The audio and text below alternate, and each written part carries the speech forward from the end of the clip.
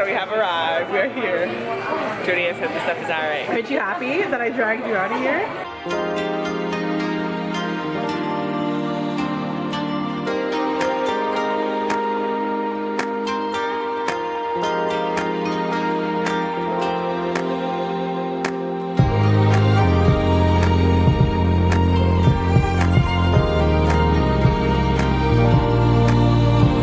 So, as you guys saw in what will be our last vlog now, Jody came, filmed our intro for us. I hope you guys liked it because you probably just saw it. She's still here. She didn't go home. Wow. And wow. She didn't go home. Wilson is sleeping. Sorry. Her loud self. You'll have some best friends get together. I didn't go so now she's convinced me to go to some panel. I really wanted to go to it. Wait, no. I'm not gonna front. I really wanted to go to it. I really did. But that was like a foresight before she actually got the tickets, because I didn't think she would, you know. I was like, yeah, I'll go with you if you get the tickets, because it's sold out. Like, what are the chances of her getting the tickets? This girl messaged her back, so now I have to technically go to this thing. Who messaged me back though? Oh my god, she just wants me to say it. I love Lola. So, girl feels so nice. Oh, I can't do it. Now I kind of have to go, and I was like, I'm gonna bring Colson with me because I personally think that's okay, and I exclusively breastfeed him, so it only makes sense that he will be with me when I go to this panel. And I talked to my husband. He's like, is it baby friendly? What does that mean? Everywhere I go is baby friendly as far as I'm concerned. So now I'm not taking Colson. I'm going by myself. My anxiety's on 1,000. I was like, let me come talk to my subbies because I feel some type of ways. So you guys, hi guys, I'm the one she's talking about, by the way. Ooh, I'm so extra. But guys, just congratulate her for coming because she's amazing. She's gonna be amazing. Like, who wouldn't like this face? Like, they're obviously blind and mental. Best friend dates right here. Like, obviously. So I'm so happy. So let her continue. Bye guys. I can't, see? This is how I got stuck going, you guys. So now I'm going. I'm leaving my baby, my 2-month-old baby. I feel some type of ways about this. I'm only gonna be gone for like 4 hours, but I'm still in my feelings, and I don't even know what to wear. I still have my baby, like my baby body. Like, what am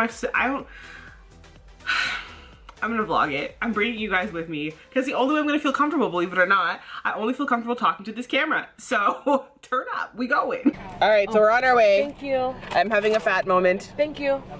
McDonald's! Okay, hi. Wow. Yo, I haven't had McDonald's in so long, Jody. Can you tell? You're really happy. That's all I know. I just should have got a large drink. Jody, you can't just drive off without knowing if all your stuff is legit. I checked already. So call out my name. Jody is just gonna hit a car. I'm not. I paused. Bumsy! Oh, your windows that way. What an idiot. Jody needs to have these windows closed right now with me. Anyways, we are on our way downtown. I'm actually pretty excited at this point that Jody Ann took me out the house. I'll let you know how it goes after Kevin updates me. I took her out the house. I'm proud. She did. You came into me. I look like a shadow. Call me Black Knight. Wow. With her extra self. You can't really see me. I'm going to jump into this burger. Yum.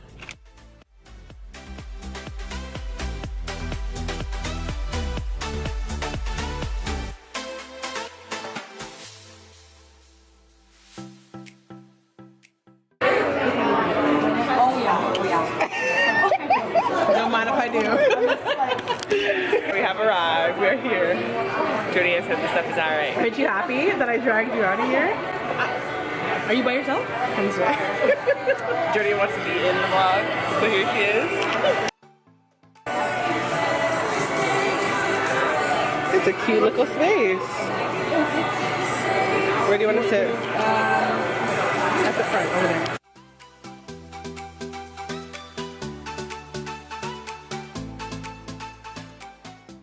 There has to be other proof, right? Like, the data has to be good. Maybe the live show has to be good. I remember when I saw Skepta live, I was like, oh, this is real. He's fire. It just has to be signal. So Is it about the streams right now? Because you also curate them on Market Fund, right? So, Yeah. So with that, now that streaming is a little bit more than at the time when you were a figure, does that matter? it's funny, like, so, you know, I work at YouTube, right? I have Yeah. access to a ridiculous amount of data. And people ask me all the time, like, you know, people will hit me about an artist they're trying to sign or something. Is this real? Like, the data is only as good as the, you know, it's like you could look at people who read tea leaves or whatever, you know, like you have to know how to read it. So no, I don't think it's all about the streams, right? Like SOB and RBE can do a shit ton of streams in California and not do shit in New York or whatever. I worked at the bank, I worked at Topshop, a clothing, it was not the actual Topshop, Limite, a store for one, and I worked at AEW Country Style. I did 4 jobs, I was working, doing about Canada, doing my interviews, transcribing until 4 o'clock in the morning, and I was going to university. So that's what I did to support myself. Like my trips, people are like, how do you know the artists you know? How do you know the managers you know? Because I would do an interview and I would fly my ass to Atlanta, and I would make sure that I would, whatever I made, I would spend that on my trip. I had no money saved in my bank. I had literally, if the rainy day came, I had no savings. But I worked my ass off for the shit that I wanted. And I'm not saying that it's doable for everybody, but that's what I had to do, and that's what I did.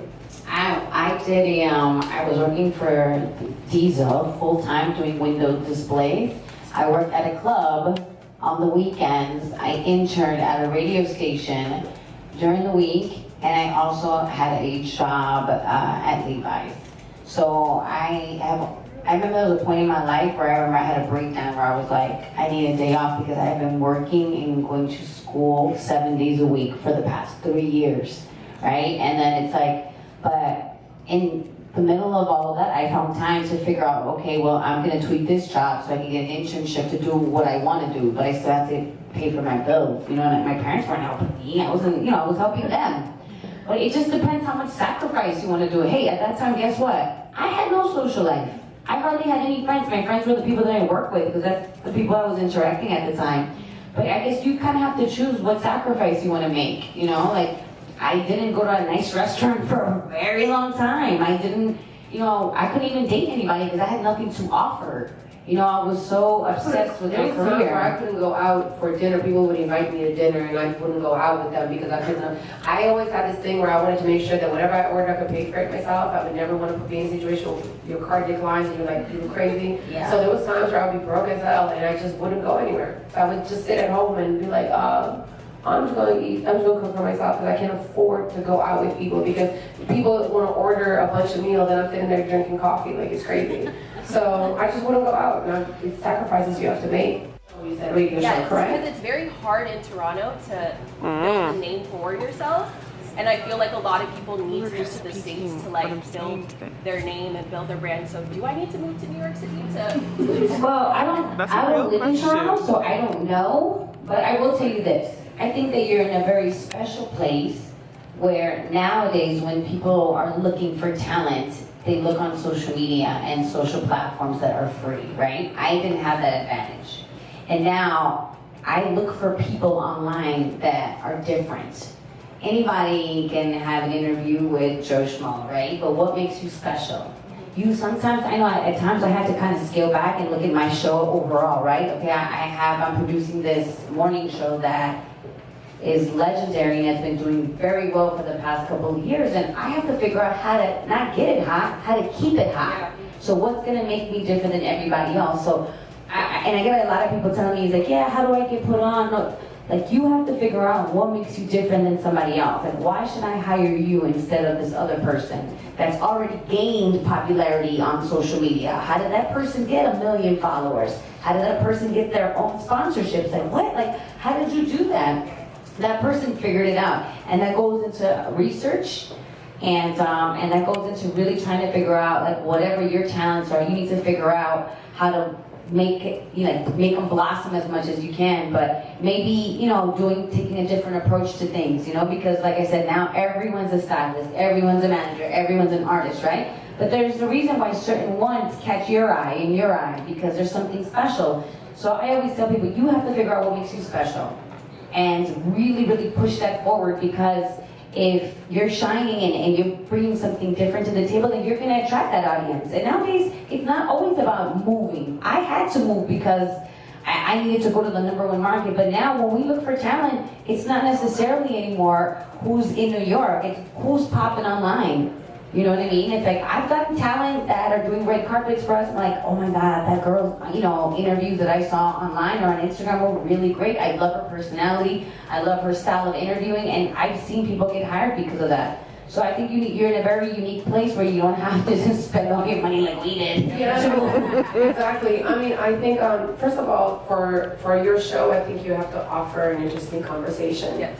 That's first and foremost. I haven't had a chance to check it out, so I can't even offer an opinion on what I like or dislike about it. I would not want to put you on blast for everybody. But I do think that in order for people to give a fuck, they have to care about what you're trying to say. So if I'm trying to check for your show, it's because the perspective, the conversation, everything that you're offering is something that I'm not getting from anybody else. Because if you're trying to do the same thing that Laura's trying to do, I'm going to listen to Laura because I already know what she's got to offer. So I don't, listen to Hot 97. So if you go to New York and you're trying to be Laura Stiles or Angela E or Angie Martinez or whatever, then what's the point? You're just trying to be another somebody else. When you review and there's nobody else on this planet like you, and you're also in Toronto that has a lot of shit to offer, people come here to find talent. So maybe you don't focus, if artist interviews or interviewing artists is a part of your show, maybe you don't focus on going to New York and finding artists there. Maybe your niche can be the person that breaks the artist that's supposed to come out of Toronto, that's supposed to break, because nobody in Toronto is breaking those artists. People from the UK, people from New York, people from LA are coming here to find out what's hot. Labels are coming here to find producers. Artists are coming here to work on their records. And you talk about you want to go to New York because you feel like that's where you're going to pop off. But you have this bed of talent in this city, and you want to leave that, you know what I mean? You want to leave that behind. Alright, so the longest, the panel is done. I need to go find Jo. She disappeared on me. I thought I found her, there she is.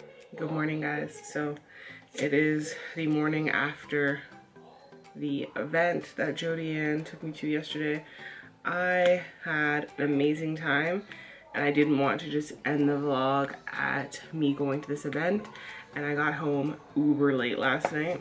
So I didn't even get home too late. I got home around just before midnight, so obviously couldn't vlog. It was mad dark, and I wanted to come back and update you guys with how the event went, how I felt after the event, and just my experience. So I'm going to quickly break down last night. It was hosted by I Love Lola. Y'all can peep her on Instagram. She managed what's his name, French Montana, and she's worked with people like Travis Scott, ASAP, like just enough people. And she had speakers there. She had Laura from Hot 97 and Naomi from YouTube. I can't give you Naomi's background because I don't know it too well, but obviously know Laura from Hot 97. So that is that. It was called Girls Connected, and it was obviously a bunch of females basically just empowering one another and sharing tips and tricks to how to be successful in a world that's male dominant.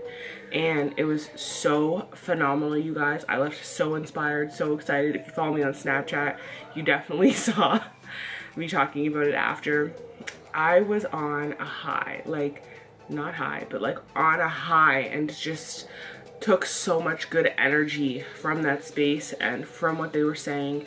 I got to quickly interact with Lola after the panel, and just in awe of the person that she is and what she's trying to do, and it was great. I realized I needed to get myself back out there, so that push from Jody Ann yesterday that I was so uncomfortable with doing was so worth it. And sometimes you need that push. You're not willing to make that push, but you need it, and Jody Ann would be the person that could get me to do that. So although I felt super uncomfortable leaving Colson, and I was really worried about how he was going to be. He hadn't taken the bottle before, you guys. I was worried if he was going to take the bottle, like if he was eating enough. I was just so worried and thinking worst case scenario. It's just something that I do. It's a very bad habit. It's something I'm working on. But just thinking worst case scenario, and he was alive when I came home. That's all that matters, okay? He was alive. He was fine. Kev got a taste of a day or a couple of hours in my world, and I think it was good for everybody. So definitely comforting to know that it's something that I can do. Definitely something to continue to do, because I had such an amazing time. I know what I need to do to get where I need to be, I think, at least.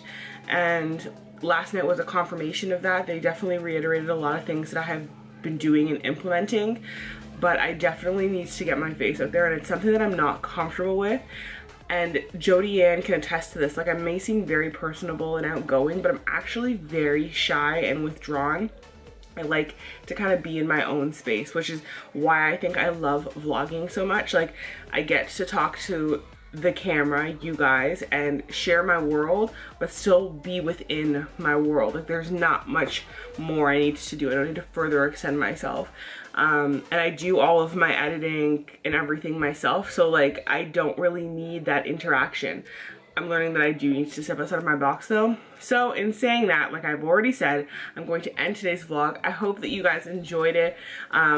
Hopefully the emotional roller coaster that I took you guys on for myself is helping somebody else that's a new mommy get through your first time leaving your baby. With me, I genuinely don't like to leave my babies until they're 6+ months, and Colson is 8 weeks. So it was something I've never done before and uber overwhelming, even though I left him with my husband.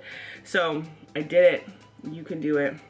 I'm going to share this postcard with you guys before I leave because I loved it.